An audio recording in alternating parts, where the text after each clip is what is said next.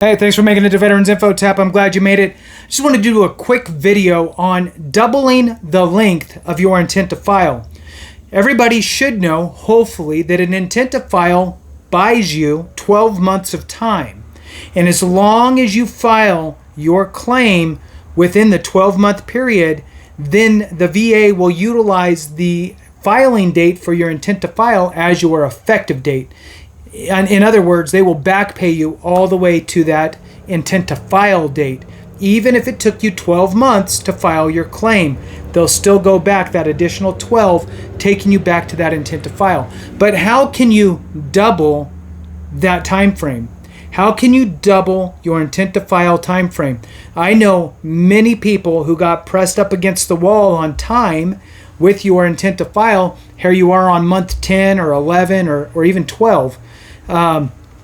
You got to, it's the full 12 months, whatever, you get it. Now, how can you double that? How can you double it from 12 to 24? I will tell you, and it's very quick. Hit the thumbs up though, subscribe, share with a friend, all that good stuff. If you're not a member, consider joining. It does help the channel, and it also helps me find you in the comments with questions or concerns or just other support and so forth. So anyway, how to double your intent to file. I'm going to give you the example. The example here is you feel as though you're going to file a claim for compensation with the VA. So disability compensation with the VA. You're going to file a claim. You're not exactly sure.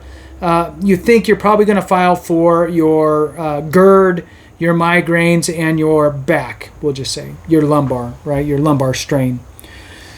So you put in your intent to file and you start, doing what you can to gather your evidence. You're waiting on records to come back from National Archives. You're working with your doctor. You're trying to get a Nexus Letter, whatever. You're doing everything that you need to do in order to document what you need to have a successful claim. So you're spending all your time doing that. Let's say there's some sort of a delay.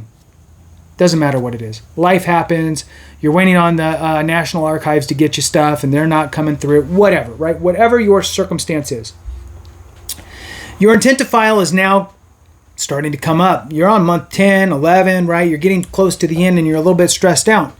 And you don't want to wait till the very last day to file your intent to file because heaven knows you're going to end up, it's going to miss, like ships in the night, and then next thing you know, you miss the deadline completely. So you want to make sure you file it. My suggestion is always a week ahead of time, just to ensure that they get it and they start processing it and they have you locked in. So now that you're at the tail end and maybe you have a week left of your intent to file and it does not look good that you're going to get everything you need, and you wished in your mind, how can I double my intent to file, or how can I extend this thing? Gosh, I wish I could. This isn't my fault that I'm stuck in this situation, or whatever, right?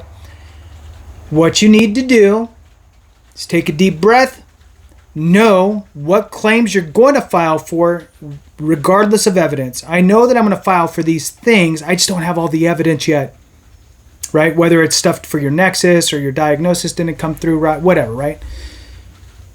Know the items you're going to file for, the conditions, right?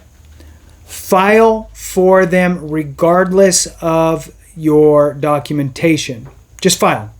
File your claim, get it into the VA so they can start processing it with whatever you have.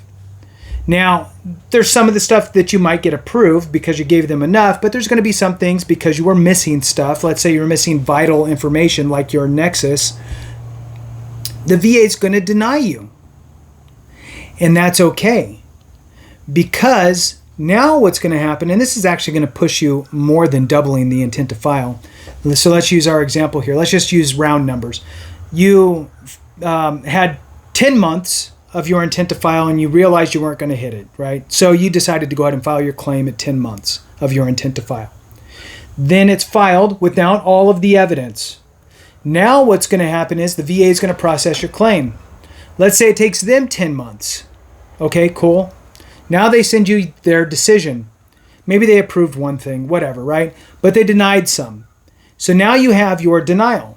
Well, now you've got 20 months of time. So you could have still been working while they were processing your claim. you could have still been working on the evidence that you knew you were going to need for those conditions.